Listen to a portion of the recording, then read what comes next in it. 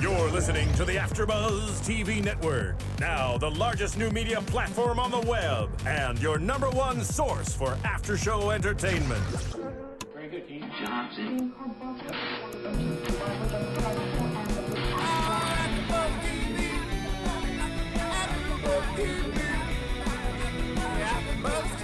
From the AfterBuzz Studios in Los Angeles, California, presented by Maria Menounos and Bing.com, and streaming live thanks to Akamai Technologies, this is AfterBuzz TV's WWE Smackdown After Show. We'll break down tonight's episode and get you all the latest news and gossip. And now, another post-game wrap-up show for your favorite TV show. It's AfterBuzz TV's WWE Smackdown After Show. Welcome to AfterBuzz TV Smackdown After Show. I'm your host, Ric Drasin, and the lovely lady sitting across from me, who's just the most wonderful woman, sweet, and she's lovely, and she's smart, and she's beautiful, and she's a pleasure to be around. Angelina, Little Egypt, and I'm so happy to see you again this week. Thank you. It's great being here. And we have a pleasant surprise today, don't we? Yeah. I'm hoping, fingers crossed. We brought, well, besides that, we brought two guys back that have been MIA. Do you guys miss us? I don't know if I want to introduce them, or maybe you should. Man, I am so happy that the Ballard guys are back. Do we need an introduction? I don't think so. But over here next to you, Rick, is Shannon, and next to me is Shane. Hi, Rick. I'm Shannon. Hello. And hi, Shane. I have a son that name. Is that a razor blade? Don't look at my drawings. Are you guys ready to be back? Absolutely. Did you watch SmackDown? Yep. Did you? Awesome. I did. Awesome. So glad you're back. Did you watch Suits? What about our front? Oh. Yeah, your front's okay too. You're in the front right now. You're in the front row. Yeah. Oh, hey. How about that? Well, SmackDown was really interesting because I noticed that their A-listers were in Sydney, Australia at the point. So we got to see a lot of like the lower totem pole guys have single matches, which was kind of fun. And I shouldn't say lower totem because they're in the WWE, so they made it. Yeah, of course. But as far as like, they call that mid cards. Is that mid-carders? Mid-cards. Mid-card The level. lower totem guys are like Gabriel, what's his name? and the guys that you see on the guy from Japan, what's his name? Tatsu. Yeah, Yoshitatsu. Yeah. Ah, okay. So the mid-carders, we got to see a lot of those single matches, which was fun. What do you call the other ones? Jobbers. Yeah, of course. But you didn't say that. No, we call them enhancement enhancement. Have you ever worked as enhancement talent? That's all we do is work as enhancement. Do they have enhancement talent at McDonald's? Yes. In the movies? And that's What's your WWE story? Tell us that real quick. WWE story? Which one? Didn't you just like your little history with them there? Well, we were signed under developmental from we were in UPW, and then we actually got to train. So we did get to train like Cena a little bit, but like the Miz, we trained completely from beginning to end. Chris Masters and a lot of people that Melina, a lot of people that went in there, and we were on the 10. There was like 10 people. Cena was in there. There's a guy, Hardcore Kid, and Justin McCauley. They were Team Hardcore, and we were in the top 10. But just our size and age. I mean, we didn't start till we were 28. So I mean, And how old was he? He was 27 and three-quarters. So we didn't. I mean, they basically brought us up, and we do dark matches for people that they wanted to take a look at, and we actually got a lot of people signed, but we never did. But I did sign a contract, which was actually only a one-day contract, where I was Pat Hardy. Actually, the Hardy Boys are friends of ours, so they had requested that we did it, but they only wanted one. They didn't want twins doing it, so I was Pat Hardy, and I got chokeslammed by Kane on Monday Night Raw, which was actually cool because people I haven't talked to in 10 years were calling me up, going, "I just saw you on Raw." It's like, yeah, awesome. That was me. That's awesome. They didn't call me. And then he says it's him. Yeah, he was trying to say that. Well, twins like you guys, they use a lot in commercials and films because they can trade one off after so many hours when they're little kids, you know? Right. So they do that a lot. We do that sometimes in the bedroom. I know that. Just and nobody else is there but the two of you? Yeah. Okay. Well, last Friday, we got to watch episode 728. I love calling those numbers because it blows my mind that they'd have SmackDown? Of SmackDown. Yeah. Episode number 728, season number 15. It's a gold mine. She has all the numbers down. Yeah, I love stuff like that. It was at the Toyota Center in Houston, Yeah, which is Houston, always Texas. a great. Home of Booker T. Yeah. That's right. And Kaitlyn. Yeah. And Kaitlyn, who got her title, she Yes. says, in Houston. And it started with Alberto. Oh wait, no, we can't do that anymore because somebody He's not is there. not there anymore. Yeah. So I'll just say Is he coming back? Alberto Del Rio. We don't know yet. Does he know? No. Okay. I think so because there was that promo where he's, we'll get to that a little bit later, Yeah. but basically they flashed Ricardo's face on the big screen as if he could come back and wrestle for the World Championship with Alberto. So there's a little kind of like he's still in the mix. I think they're trying to tell us that he's not out. Well, they also may be just doing that. They did that with Matt Hardy when he first left, when Edge, he caught Edge with Lita, and there was that whole thing when Edge was uncomfortable working there, so they ended up getting rid of Matt Hardy, and then they did a promo, and Matt Hardy's music hit, but then they laughed it off, and they do that sometimes to like get under your skin or say, hey, this is what you're missing. Yeah, they did that with Bret Hart, too, when they had his music come out, and it was a midget. I don't know if you remember that years ago. It was a midget came out, and he was dressed as Bret Hart. I remember that. Yeah. That was so funny. They do that. Well, so Alberto gets to pick. Well, he thought he got to pick who he's going to wrestle for the World Championship. It's a silly idea, but once everything unfolded, it made more sense to me. Because for me, if I was a champion, I don't want to lose my title. Like, if we were the champs, we would pick the Mulkey Boys, like, to be our opponents. Or two, like, no-name jobbers. Or maybe somebody there could pick the Ballard Brothers to be their opponents, because it's like, they're not going to win. Right. But then when Vickie came out, well, first he said he picked Ricardo Rodriguez. Yeah. And they showed his picture on the screen. And then Vickie came out, and then he said he wanted to wrestle the Brooklyn Brawler. But you couldn't really understand what he was saying because he's not very good at promos, Alberto Del Rio. Is he still around, Brooklyn Brawler? I think he's entertaining. I don't know. Well, that's a neat drawing, by the way. Steve Lombardi? Steve Lombardi, yeah. I think he's in the back. He works in the back. Something like that. But basically, that's I've heard that about him before. We've heard that before.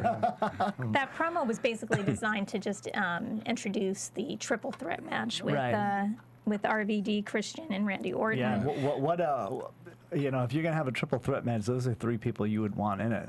Yeah. So we've been out of it for a long time. I didn't even know. I knew RVD was coming back. I didn't know Christian was back. Christian's back and doing really well. Yeah, well, he's phenomenal. But I mean, we'll get into that later. But he was the one that probably called that whole thing. He is a very, very talented guy.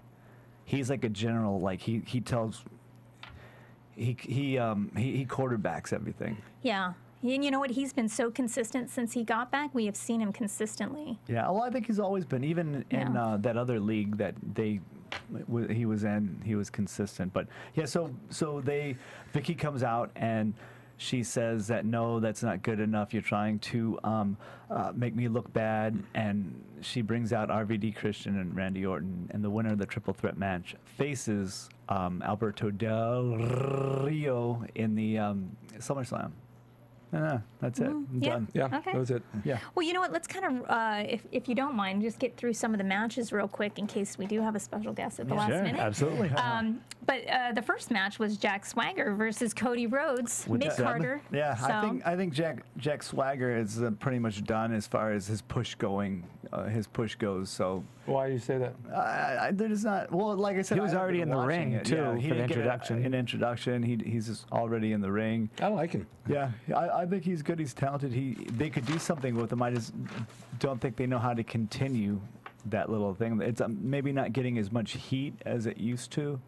People are getting used to being, like the anti-Americans, and so maybe that. But I will say there's one thing in here, me as a trainer, that I just cannot look past. And I don't think there's a lot of fans out there who actually want to be wrestlers. But just in case there are, Cody Rhodes punched Jack Swagger, you probably saw this, 3 times in the face, and then went to whip him off the ropes, and then Jack Swagger reversed him. So that means that his punches meant absolutely nothing. It makes him look weak, and it wastes the punches. But other than that, I absolutely love the finish out of nowhere. It was good, definitely. I like the punch too when he pulled a gold dust move when he went to his back and punched him. Oh yeah. Broke out a gold dust move. Yeah, Cody Rhodes. Yeah. A short shine too. We had a very, very short shine till they went to the heat. You could tell they really wanted to push that match quickly. It wasn't really a traditional match. There was no comeback like there always are, and that for me, watching as many matches as we do and seeing as many matches and being in as many matches, it's always refreshing when you can see something come out of nowhere. There was like not a comeback, not a double down, not like a bunch of false finishes. It was like during the heat. Jack Swagger goes for his gut wrench power bomb, and he reversed it into a sunset flip and pinned him. And you always you thought it was I've never seen that before. I have never seen that before. So that was new. I really liked that. Great quick finish. Yeah. So I liked it. Well, then it went right to this. I'm surprised there was no real promos except for a quick little Damien comes in, flying in to do that quick attack on Cody. Which little aftermath. Now, I knew as far as like the interview goes, since they're feuding and what happened when they showed what happened about him throwing the briefcase into the water, I knew an attack was coming. And Cody Rhodes is actually getting that lisp like his dad. He sure is, isn't he? Yeah, it's really funny. Like, not funny in a bad way, but funny as in like father, like son. It's refreshing to hear. Yeah. And I knew that Damien Sandow was going to attack him, but they got your attention over here. It's like magicians. When they get you to look at this hand, they do the trick. Yes. Bless you. Oh. I'm allergic to him. That's what they did, is they got our attention enough, and then when he attacked him, I was like kind of surprised. I was like, whoa, there it is, but very well done. Yeah, cool. What did you think of the Sin Cara versus the Big E? Big E's getting really good. I mean, he's really starting to come into his own now. I love the pounding on the chest that he does. It's at the beginning, like a gorilla. It's awesome. King Kong. Hey. Now in this match, well, did you say something? You want to say something? I liked his abdominal stretch too. I mean, he broke that kind of an old school move. Definitely. And, you know, I just don't think he actually needed to reach for the ropes that soon. Is the only negative thing I would have saw on that, because he's such a big guy. Sin Cara's so small. I mean, that could have actually been a finish. But I mean, it was great that he broke it out. You know, it's nice to see the old school moves come out. You know, every now and again. Here's me again as a trainer. I would use this match, and like I would show this to my students. I'd say, here are two things, you know, not to do or to do in the match. So there's a spot where Big E had a headlock on Sin Cara, and he's going, and he's showing pain in his face. Now, if you have a headlock, if you have a move on somebody, you're supposed to, like, if it's a heel, you're supposed to show arrogance, or like, you know, arrogant confidence, and as a babyface, you're supposed to show confidence. Everyone's always looking at your face, unless it's me and my brother. They don't want to look at our face because he's got a face that could stop a clock. But so he's showing pain while he's got him in the move, and I know he was trying to like look aggressive, but for someone watching it, you're seeing pain, so he should not have done that. And then my second thing is when Sin Cara was in the abdominal stretch. Now, he's screaming, like going, and then when he grabbed the ropes, it's the same exact, they're on the same level, so they got no crowd reaction.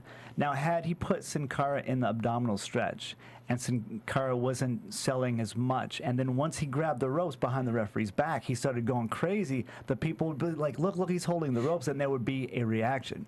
When they did it, they had no reaction, and that is why they had no reaction, because there was no difference in the selling of it. That's a really good point, both those points. Oh, thank you.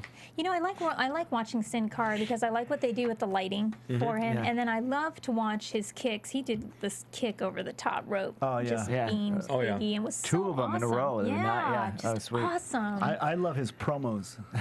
You mean these? They're perfect. They're perfect. It had a really good, once again, a great finish, a good finishing sequence where it was a counter to a counter, and then, you know, he went for the moonsault and he caught him up into Big E Langston's finisher. But I liked how they countered it, and then he went for a moonsault and he caught him. You know, it was different. Yeah. Well, one small thing too is that Big E is such a big, strong guy. He wasn't throwing him around as much as he should have. Like when he was actually even basing him, when he threw him up and he drop kicked him, he barely got up to his shoulders. Where most people, they throw him up, they get high, and then so like I don't know. It was just maybe like an off thing. But as far, I mean, the match was just basically to put those two out there and let continue Big E Langston's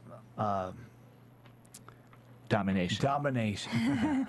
Now, did you guys, before you left, did you get a chance to see the Wyatt family come out? Just some vignettes. We haven't seen anything they've done in the ring, but from the vignette that they showed up, like, I love this. It's a horror. It's you got the horror factor that you're including in there, and this, like, it's been done like by Kevin Sullivan, but not to this big of a not at this level. I absolutely love it. It's like it has that creepy, terrifying like feeling, and horror movies are popular all year round. You know what it reminds me of? I said this last week. A movie called Wrong Turn. I saw that. Yeah. The mutants that live down the hill. You know? Which always, for some reason, they always have like superhuman strength. And they're really ugly. It's almost a takeoff on that. Or the hills have eyes. Well, the Wyatts, they were coming out first on Raw, and we saw them for the first time just like a week or two ago, their first match on SmackDown. And it was, they have like this disturbing type of angle, which Bray is fantastic on the promos. I mean, he's fantastic on the mic. The way he changes the pitch in his voice, like he's singing almost.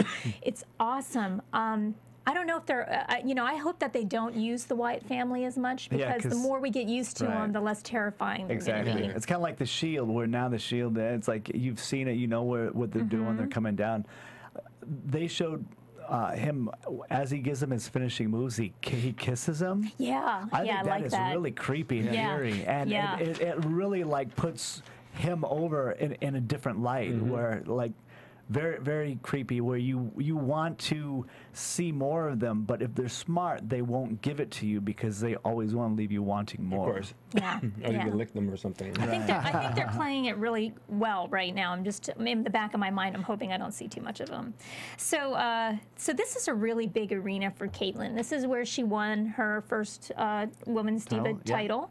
She's from Houston. She's a crowd favorite. They love her. She does this little bit with Renee and tells Renee that she's ready for the fight, and with Layla by her side. So she's kind of a little bit shocked that Layla's even there, but she takes the support. And I like what she said. She says in a quote, I'm quoting her, "Fool me once," she's talking about AJ, "fool me once, shame on you. Fool me twice, you're going to get speared." So I thought that was kind of cool. She's really gotten her power back. Somebody wrote that for her. You think? Yeah. Okay. Well, she was ready for the match, and then Layla gives her a big hug, and and complimented her and said, gave her support. So, smacked her on the butt. And then they flash back to the Vickie and the Alberto Del Rio bit. Brad Maddox, who looks a lot like Brad Pitt now, by the way. I like Brad Maddox. I like his. He just has this youthful, vibrant energy. Well, he is young, isn't he? Yeah, I don't know how old is he? But I like it. I think he can really relate to that younger crowd, don't you? Yeah, I think like what they're doing with him is a correct thing. They're putting him in a light where he could either be respected. He could go either way. He could go heel face. So very good. So what did you think about the third match, Fandango versus CM Punk? I cannot wait to get your take on this, because I have my own, and before we even start, I'm a huge Fandango fan. He basically can do no wrong. Wait, who? Fandango. No. Did I do it wrong? He did a good cartwheel. No. Okay, No. excuse me. No, it's Fandango.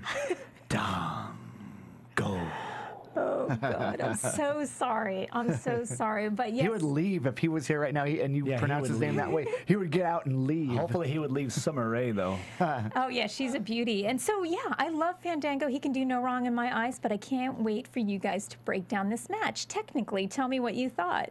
I thought, like, they really gave him some time. So they really took their time out there. They didn't rush anything. And Fandango likes to call it in the ring. And CM Punk, does he? Yeah, CM Punk could go either way. He could call it in the ring or in the back. So there may have been a little bit of a styles clash on certain points, but it's like they worked well together. I thought it was great. I liked how they used the valet for the cutoff, because it's when someone's on the outside, they should get used for something at some point to the match. Otherwise, it's like, why are they even there? Right. And they used her for the cutoff, and so I thought that was a good use of that. So he did. What did you think of his cute little cartwheel? Is it just me? But I think I liked it. I love cartwheels. I liked it. Do it. Came out of nowhere. And then with his moves, he always finishes them. He tries to anyway with a little dance move, which just says to me, you know, I just want to enjoy that. I just want to take it in because it's comical. It's a nice comical relief, and he's milking it for everything. Yeah, he moves well too. Yeah. He moves well and he knows his character. Graceful. He moves graceful. Exactly. His character is a dancer, and he incorporates that into, you know, they're even talking about how his agility is you know, in there because he's a dancer. You know, they're using that. So I like that. I like the heat he put on CM Punk when he just gets him in his headlock. I think it scratches his eyes. That's such like a heel move. It's perfect. It's little things like that that put me over with a heel. Yeah, I like Fandango. I like him. CM Punk too. I like that. They both like. They could continue this feud if they wanted to, but it was sadly it was just to promote. You know, it's moving to SummerSlam. And I don't think Fandango has an opponent for SummerSlam, does he? Not that I know. So you don't think he's coming into town? You don't think he's coming into town? No, I don't think they're pushing him for a match. Like CM Punk is going to be against Brock Lesnar, so. But I think, you know, usually on these shows you always know who's going over because it's whoever is in a feud with somebody, they're pushing for that. Now, do you see Fandango as a mid-card guy? Because I totally see him as a top-notch I think with his gimmick, he can only be a mid-carder, unfortunately. If he gets in with somebody like CM Punk, for instance, he can get elevated to a top level. I mean, how high up they'll keep him there, how long they'll keep him at that top level, I guess depends on who he's in the program with, and if the guy could carry him to that level. Yeah. But I like the finish. It was a superplex, but they both stood on the top rope for a long time. Yeah. Like usually when you get it, people do it from the second rope and the other person's standing up on the third, but they both were up on the third, which was nice. And then he rolled into the Anaconda of Ice. I wish he wouldn't have tapped as fast as he did, but it does make the move a little more impactful that he did tap. But I just wish he would have like waited a second, and then start tapping. Where it's like right when he got a minute, he was already tapping. But maybe they had a reason for that I don't know of. So you thought it was a good match? I thought it was a great match. Yeah, I could definitely see the communication, the communication between them being in conflict with each other there for these little hesitant moves. And I'm thinking, I was wondering if they were calling it in the ring because it really looked like that they were just kind of on the, making it up as they went along. That was probably. A lot of it probably was that they probably had a few things planned, and then the most of it I would say 75% of it they probably just did. Wow. So you missed a lot of stuff going on with the Divas. AJ's been on a roll. She's broken up with Ziggler. That's good. That's a good sign. Yeah, and I just love him. I have a chance again. Yeah, she was Big Elo. Well, not really. I mean, there was this little bit of should they, but it never panned out. And so she's currently the Diva Champion, and this match is for the Diva Championship. Right. So this was big. I thought Kaitlyn was going to do it. She won on Monday, correct? Kaitlyn won on Monday to kind of win a title match against her. So what did you think of that match? Well, did Kaitlyn do the GTS, the go to sleep? No, well, it's like a gut buster. She did it to like the stomach. Same thing. I mean, it is kind of something they probably shouldn't have her do since it's a finisher, but for CM Punk. But yeah, she has used it onto her stomach under her knee. So AJ's got a great roundhouse. Did you see her roundhouse? Oh yeah, holy sweet cow! kick. One thing though that would have made that a little better is Kaitlyn should have fed into it. When you turn around and you stand there and somebody hits you with something and you fall, it's not as the impact isn't as great as if you run into something. I think she was supposed to run, maybe she just forgot, but she turned around and then she just stood there and waited for it. And AJ, her bumps are really good. I mean, with the way she sells, especially being so small, she bounces. She, hits her back. She flips backwards. And it adds to the match. It brings up the level. Oh, she's like a rag doll. Yeah, I could. Never mind. And quite a bit of that match was like that until they got towards the finish.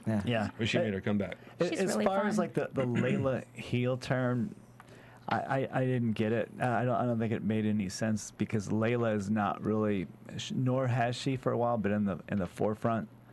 So for her to turn, like maybe they're gonna take it somewhere, but for her just to turn and they don't really do anything with it. It really made no sense at all. I mean, while watching it, I was like, really? Why? I mean, why now? Like, it was very predictable, unfortunately, because the announcers even mentioned that they banned Biggie from the ringside, and with just her out there, you kind of knew something was going to happen to that extent. So yeah, it was predictable. That's the only negative thing about that. Yeah, but I did like how she hit her Black Widow submission. She kind of does like she sets it up, and then she does almost like a head scissors to the other side, and then Kaitlyn is strong enough to actually base her for that and then still stay standing. Yeah. Where a lot of girls would fall over and it wouldn't. It's a great move. It is. I mean, I wrote that down. I just absolutely loved that submission hold. And I was thinking, dang, why weren't we doing that back in the day? We weren't doing a lot. We were taking bumps and pins, but we weren't doing submission holds. Why? Is because we didn't have the access to Japanese wrestling like we do now. Back then, you had to actually purchase VHS tapes find a vendor that actually sold them, because everything now is basically stolen from Japan. Things they were doing 5 and 10 years ago is making it out here. Holy cow! Yeah. Wow. Yeah, that move was actually a guy. What was it? Ultimo Dragon's protege. What was his name? Little Dragon. Dragon Kid. Dragon Kid. That's it. Yeah, a guy named Dragon Kid was doing that back in 2000. Sweet move. It is sweet. Love it. It's really cool. I love, and plus it gives you a chance to breathe too. The other one over the rope, is that the Tarantula? Tarantula, yes. Yeah. That was to Jerry. To Jerry, yeah. Right. What did you guys think of the triple threat match with Orton, Christian, RVD? Well, I thought it was it could have main evented WrestleMania. I liked thought it a lot. was that good. Are you surprised that RVD can still get air like that? Yeah, I was surprised. I mean, I think him like in Val Venus and Chris Masters all have something in common, is they really like the green leafy substance. Whoa, you've got this look on your face like you don't know what I'm talking about. No, I'm thinking, is it like wheatgrass? No. When we go to In-N-Out, they order their burgers wrapped in this green leafy protein substance. style. Yeah. Oh, lettuce. What were you thinking? Well, I was thinking wheatgrass. Of course, I wasn't thinking about anything other than that. Okay. Baby face. I thought like Christian probably put a lot of that together, but there were some phenomenal things in that. Some counters that I had never seen before, like when his Rolling Thunder got countered into the Power Slam. The timing on that has to be perfect, and I really doubt that they practiced that. They said, "Well, we'll try it and see if it works," and it did. That was so cool. Aren't those triple threat matches? Aren't they really difficult to put together? Because there's always like that timing issue with that one, the odd man out. There's a formula. There's a formula What's that's the formula? used for. A squared plus B squared equals the square root of C squared. Well, I knew it had to do with math. It usually starts with all three are in the ring, and then one guy goes back and forth, and then somebody gets thrown out, and then the two in the ring do a little something. Then one guy hits the ropes, he gets tripped, and then pulled out, and then the other two come in. There's like a formula that you use, so they pretty much followed that formula, but. As far as like how they filled everything in was what mattered and what counted, and they filled it in like beautifully. Yeah, RVD broke out a lot of things that I haven't seen from him in a while. That where he does this spin, he's on the suplexed him over onto the railing and did that like the spin kick. That was really nice. He did that years ago, but.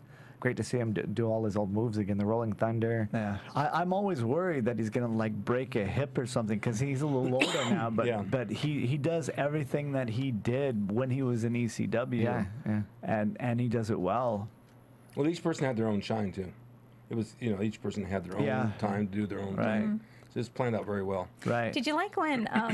And you had mentioned that you're not crazy. Who said they weren't crazy about Alberto on the mic? Who said that? That was I loved when he came out and said, "I'm just going to sit back and watch the three. I'm going to watch the three of you beat the guacamole out of each other." Come on, that was awesome. That was I didn't great. hear. When did they say that? That was funny. Oh, right before the match started. Yeah.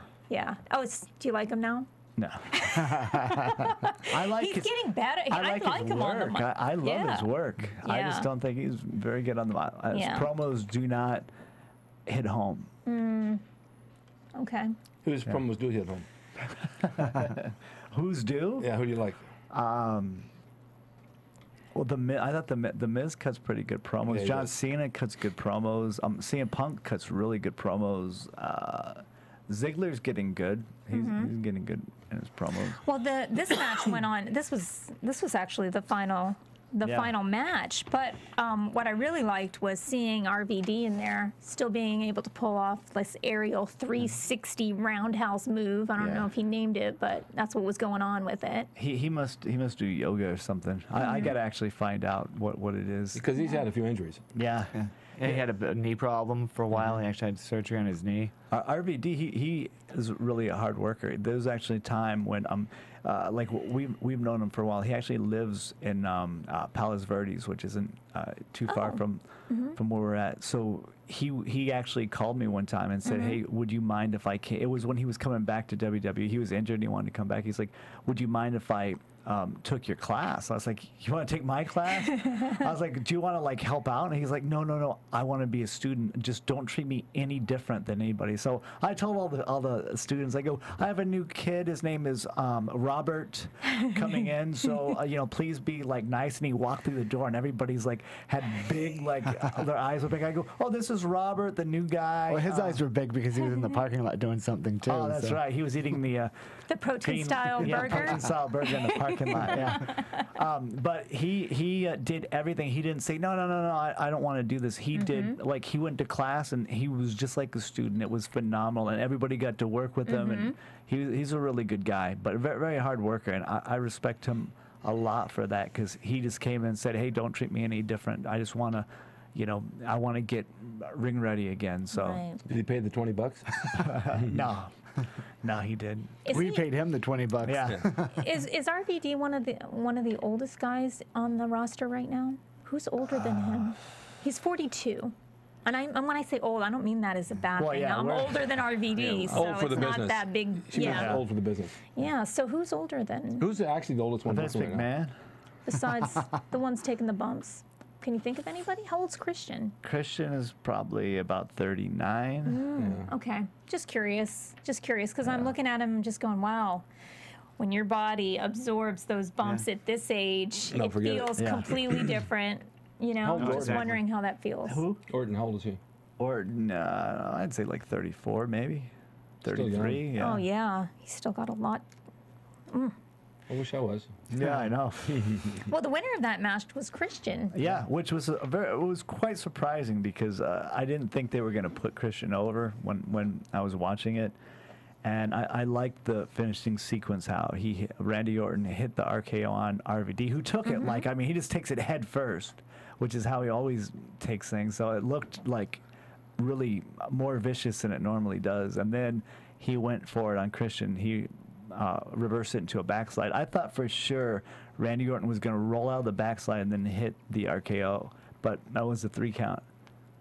I was like, 2 in a row. I was surprised by Cody Rhodes going over or his winning on the sunset flip. You don't see many people win the backslide or sunset flip. No, in Japan you do, but not here. Yeah, no, it's just going to be something spectacular. And another thing too, that they both did.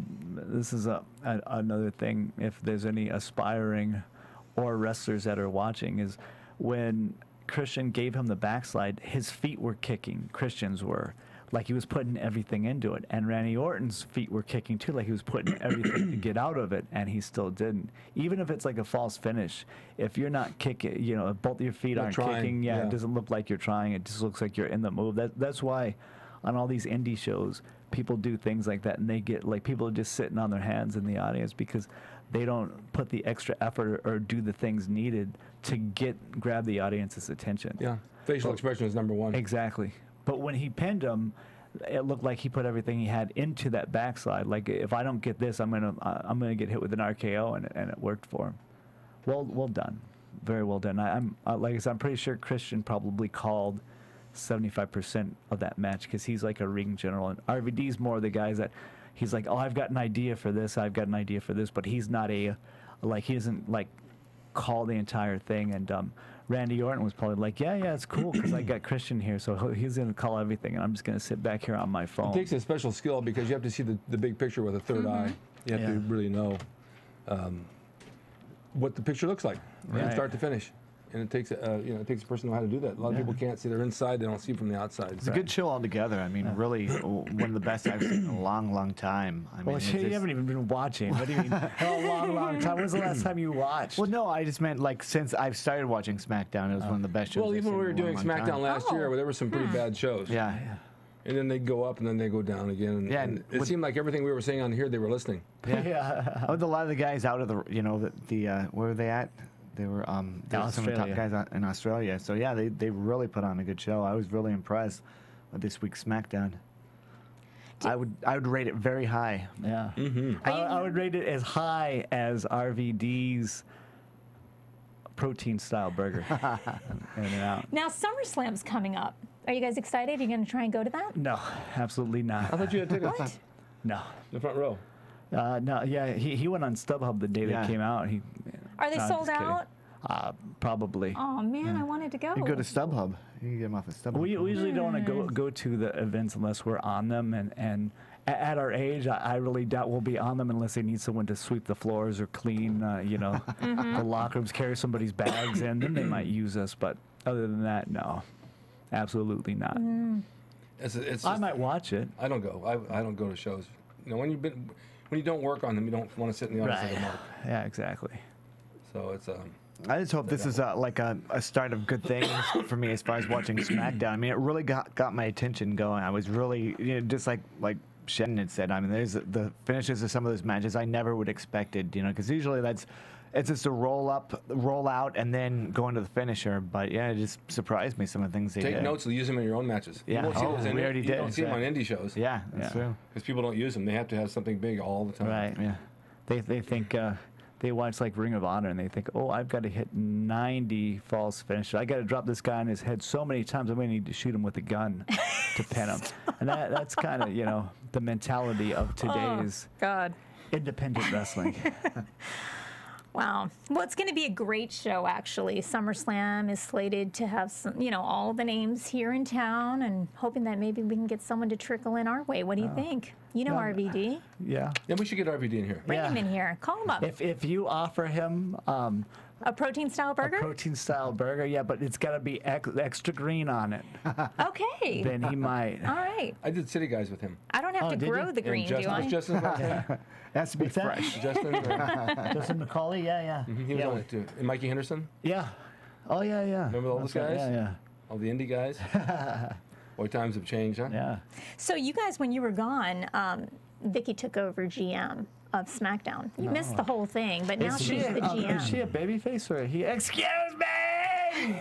Excuse me! Rick hates that. Oh, he does. He does. Sends shivers down his spine. Yeah, forget it. How do you think she's going to do? Well, I don't even know if she's a heel or a face. I'm guessing she's kind of turning face. It looks like it. There's nothing really heel move about her. She's people playing it still real cool. boo her. Yeah. Yeah, well, she came in, there was a promo with her and Alberto Del Rio, where she came out into the ring and she was talking to him in Spanish. Yeah. She was like giving it back to him. And it was kind of cool, actually. I think she went over big time with the audience there when she did that. Yeah, it's going to take a little more, I think, for her to get over. Has she ever worked in the ring as far as taking bumps? Not that I know of. She got suited up one night and came in the ring with tights on. Yeah, she did. I think she had worked, like maybe it was a 6-man match and she maybe got tagged in for something special. Oh, she was one of the guys? Yeah, pretty much. 6-person tag. There you go. Politically correct, I must be. So now that you guys are back, and I'm hoping you're back for more than one, we're going to see you again, right? Yeah. Okay, good. Yeah. You sure? You'll see more of us, if you know what I mean. Hey-o.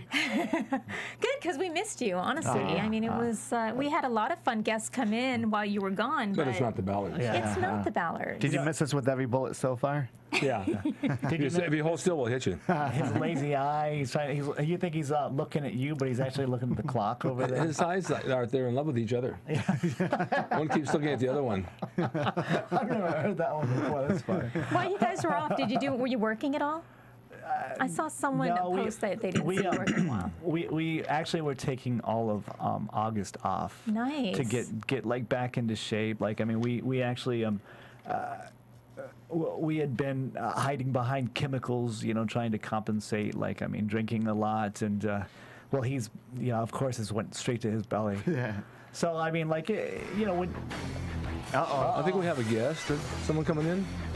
God, I don't know. I don't know who that'd be. If we do, that would be awesome. Whose music we do. is that? Oh, we do. Yeah. I think I know this guy. Okay, everybody who is just listening to us right now, in the studio, we have the superstar touted by Vince McMahon as the most profitable wrestler of all time. It is my honor to introduce to you the Texas Rattlesnake, Stone Cold Steve Austin. Thanks for coming in. That was all hearsay and speculation. We don't really know that to be true, but thanks for having me. It's good to be here. Steve, Get your headphones on so you can... Steve, you sat down very easy over there. Well, it's just because I'm not going to sell any pain. I'm feeling good today. No, I'm doing good. I appreciate you guys having me aboard the show here. It's always fun. We enjoyed you so much the last time you were here, and we only got to talk to you for a few minutes, but we'd all like to pick your brains about wrestling because it's something that you still love and enjoy. Oh, I do. Start picking away because there's not much left of this old brain. Let me chase around with too many steel chairs for too long, but I still got a couple good answers left in me. What year did you start the business? I broke in the back end of '89. My first full year was '90. I was a 1990 Pro Wrestling Illustrated Rookie of the Year. That illustrious title belongs to me. Exactly. That's awesome. Who trained you? Chris Adams, gentleman Chris Adams. Sure. He's no longer with us. He did a great job of training me, though. But back in the day, you learn a couple of wrestling holds, some reversals, a little bit of chain wrestling. Basically, you learn how to take a bump. Exactly. And the rest is kind of on-the-job training. But working in that angle with Chris as he turned me from babyface to heel and did the student versus teacher thing, it put me in a primetime spot there in Dallas, Texas. The Von Erichs were basically the heavy hitters. The territory was on the decline, but we were drawing money with our angle. Right. And Chris always let me get enough heat. He always won as a babyface when he needed to, and that was the thing about him. When it came time to do business from a psychology standpoint, he won when he needed to. I got heat when I needed it. Right, exactly. Did you enjoy being a tag wrestler more than a singles? Because we watched a lot of Hollywood Blonde stuff, and we've stolen. I mean, we've watched a lot of your guys' things over the years. So, man, I tell you what. Sometimes when I watch some of the Hollywood Blonde stuff back, I still cringe. I'm a real harsh critic of anything that I do. Obviously, I love tagging with Brian, but before that, I hated tag team wrestling just because, and until you're there in the ring with the guy for a long time, you develop that bond, that total team and chemistry, you're working as two individuals. So once you get on the same page, as me and Brian quickly became, I loved it. But then the downside of that, as good of friends as you can be with someone, you're relying on their health. If they go down, man, you go down with them. Yeah, I'm not going to mention any names or anything, but this guy sitting over here on the couch has brought me down one or two times. But and that's just the nature of the business. It's how it goes. But you got to take care of yourself. It's a tough gig out there. But hey, man, when you're on the sidelines, you ain't making no dough. Yeah, that's true. Wow, so you still watch a lot I love the way you fill in those gaps there. You're so good. You were just on my show, the Steve Austin Show. I had so much fun talking to you. Go ahead, fill in the gaps. You know what? It was great. For those of you who don't know, I was a guest on the Steve Austin Show, and I got to talk to him about Glow, the documentary. It was so fun. It was badass because I'm the biggest pro wrestling fan in the world. I love Glow. So I watched from when it started to it stopped, and it was closure for me to see the DVD, the story of the gorgeous ladies of wrestling, and talk to Little Egypt and learn her first name, since I never ever knew it. But I had a blast, and you were terrific. Oh, and you got to come back on the show. I am formally inviting you right here on this show to come back on the Steve Austin Show. Her first name is Little, right? Little Egypt, it's Little? Little. Yeah. Yeah, no, okay, all right. Well, as far as you still watch wrestling, right? Yeah, I do. Okay. I try to. I need to watch more than I do. Go ahead. Okay. Well, you know enough about the current roster, right? About what you're seeing out there right now. Yeah. Do you want to see the talent go in a different direction? Do you think they're doing enough psychology? Do you think that do you like the storylines you're seeing? Yeah, I mean, Rick, you go back further than I do. It's a different game out there right now. What's happening is these cats aren't getting enough time to tell a complete story. So it's short attention span theater. Everybody wants to click a channel. So the product inside the ring is at a much faster, accelerated pace. So with that becomes not total selling of everything that you can sell, not getting the mileage of everything that you do.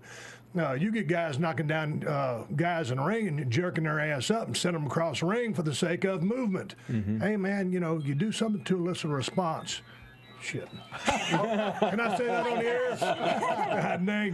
For example. Here's what happens. Anytime you're on a set, whether you're working on a movie or a show or anything, and your phone goes off, you owe the entire room a 6-pack of beer. So I owe everybody a 6-pack of beer. Let me finish the question. You know, it's a short attention span theater these days, and guys are moving faster than I'd like them to see.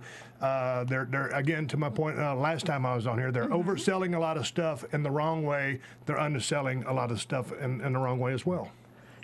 Do you think, like, back in the day, like back in the Attitude Era, everybody, like, you came from Chris Adams' school, and Bret Hart came from the Hart Dungeon. Everybody, it was like a pot that everybody actually added something to it. Now everyone has to be siphoned through. It's kind of like the cookie cutter effect. Do you agree with that? Do you think, because they're all getting trained by the same people through the same system? Well, it's interesting, you know, to kind of make that parallel through pro football. When you look at the Belichick coaching tree, and Bill Parcells, his coaching tree, all the people that come from, you know, his training. So to go exactly to what you're saying, yeah, everybody seems to be coming from the same camp these days, and yeah, I guess that's that obviously is going to have its pros and its cons. I love to see the different influences or different takes. I mean, I could be sitting there and talk about, let's take the Iron Claw. My approach to the Iron Claw versus your approach to the Iron Claw, and we're trying to teach this to different youngsters, may be completely different. The end result is the same, but there's a different way to go about instructing that, how to set it up, when to go into it, how to come out of it, do you come out of it, you know, just different ways of doing things. So, yeah, I would like to see as many different influences as possible, but the system is what it is. Yeah. Well, over the last few weeks, we've had some really fun guests come in and chat with us, and we've had a lot of old school guys. But speaking of old school guys, that was a real piss poor analogy I just made. But talk about the old school guys. Okay, all right, maybe I can. What are my language parameters on this show? I'm used to going a little crazy on the Steve Austin show. I'll keep it on the down low. Okay, go ahead. All right, cool. So veterans. We had some old school guys like Al Burke, Jesse Hernandez, Mondo Guerrero, Smith Hart, Rock Riddle. They all say the same thing. Rick, you were with me the entire time. They all say they want to see more wrestling, less promos, less skits, less vignettes, montages. What's your take on that? I agree. That was a good answer. Look, Steve, you made me feel a little old for a moment. You had to think about You that started for a in 90, you said? 90. I started in 65. Right. And it was learn as you go. You go into the ring with a veteran, he takes you through it, then he talks to you after and chews you out or whatever he does, and you learn, and you go to the next match, and you keep improving, and you keep watching, and you keep learning. There was no internet. There was really not much to take it from, and the old school selling and the old school methods in the ring worked. It was just a lot of fun back then, and then it's evolved to what it is now. Did you ever go back and look at some of the old YouTube stuff way back in the 60s, 70s? Not so much in the 60s, 70s. You know, like if I was going to do cardio in my garage, I'll put stuff mid-80s, NWA stuff, Mid-South Power Pro. I'll go back to there. And to stuff before that was more hold-oriented. Yes, it was. You know, fewer high spots, but they meant something. Yes. You know, one of my favorite guys to watch and a great guy to learn from, I mean, is a guy like Dory Funk Jr. Sure. I mean, solid work, a good story. You know, high spots incorporated. Yeah. Bottom line, it was wrestling. Yeah, bottom line, that's what it was. And selling. Yeah, damn right. And good selling. Good selling. Believable shit. You know, if there's one thing I can't stand is when someone drop toe holds someone running across the ring and they take the bump and they sell their nose. That's one of the things when I say they're selling things in the wrong dosage too much, I mean, really, when you hit the mat, the first thing that brought pain to you was the fact that you ran your nose into the mat. All it is a transition move so the guy can go to, you know, float around to a front face, like grab an arm and leg or something like that. And all of a sudden now these guys and gals are selling their nose. BS. I never did that. But you know, back in the day, the audience was different. If you look at the old black and whites, they were all people in suits and ties, women all dressed up, and no kids. And now it's all kids. Well, and to me, I think that's a big reason why there's been such a shift. And you know, I won't say the work put in by the guys, but the message that's coming down from the powers that be. Yeah, we're trying to it's like a big top circus. Exactly. They're trying to entertain people from 2 to 90. Right. And a vast majority of that crowd is between 2 and 15. Right. Exactly. That's your audience. Have you seen any of the YouTube stuff of the Stone Cold E.T.? Yeah, I heard about that. You know, I was just on a friend of mine's podcast the other day, Jay Moore. Check it out on More Stories. Cheap plug here for Jay. He brought E.T. up, Stone Cold E.T., and through the drive-through. And yeah, I watched the thing a couple times. It was all right. That's very funny. The one with Masters, I think Carlito was the one that was kind of behind it. The one with him and Chris Masters, and they were in New York. It was hilarious. It was like Stone Cold E.T. was following him, and he like was in his hotel room, and he couldn't get rid of him. That was really funny. The guy sounds just like you. He doesn't do too bad. He doesn't do bad. If that son of a bitch could have taken all the bumps for me, then we could have had a pretty good trade-off there. What's your opinion on some of the other Japanese feds or like Ring of Honor? Do you like those, or are you kind of against those? The organizations? Yeah, just the work inside of it. You know? I dig. I like Ring of Honor. I hadn't seen it in a little bit of time now, but what seems to happen sometimes in Ring of Honor is these guys kind of outwork themselves and try to go too much into the nuances of the shoulder slapping, the pulling up the trunks, just the little time fillers that you do as part of your character. You know, doing something with their hair, and they almost go back to being a caricature of what was real deal wrestling. But I do like the product. I think when 2 years ago or a year ago when I was following it a little bit more closely, there were some really, really good matches and some good talent in that organization. So I'm not running them down. I'm saying that would be one of the things that they get a little too carried away with, is overdoing the little things. But yeah, I do like that. As far as Japan goes, hadn't seen any Japan wrestling in years. You've been there, though, right? You've done work back in Japan before? Man, I tore my damn tricep off my right arm. And I like Japan, but you know what? I prefer to work in the United States. Whole different crowd, whole different mindset. Psychology is still psychology. I'm down with the strong style because, I work snug anyway. But there's a little bit more about the wrestling. Yeah. Nah, not like pro wrestling like we're talking about here, Rick. It's treated maybe a little bit more of a sport. Yeah. And, guys over there could get away working snug, hard, and solid and succeed at a higher level than they could in the United States because maybe on the charismatic scale they weren't, as high. So you saw a lot of great talent in the ring over there that, wouldn't do so well really in the States because they didn't have that it factor or that showbiz factor that they needed and maybe never really figured out. The it factor is the most important thing right now, isn't it?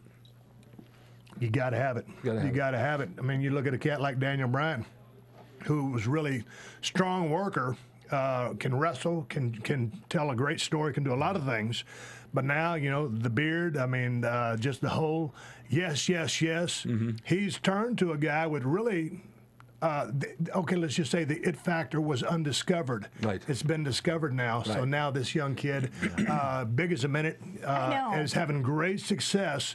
And he's a super strong talent inside the squared circle, but more times often than not, you have to be almost larger than life or 6'2" or taller. Right. This kid is not that, but he's operating at a very high level, and I commend him for that. Yeah. It's kind of cool to watch the powers of be put him in like in a championship match with Cena for the WWE title. So but you know what? And give Cena a good run for his money because Cena, everybody knows I love Cena. But he needs someone to bring about 70% of their match, because he's a guy that can have a great match with anybody, but he needs someone that can bring it out of him. Daniel Bryan can do, Shawn Michaels, some of the guys that he's really had of his greatest matches with were very, very solid on the other end of that ring.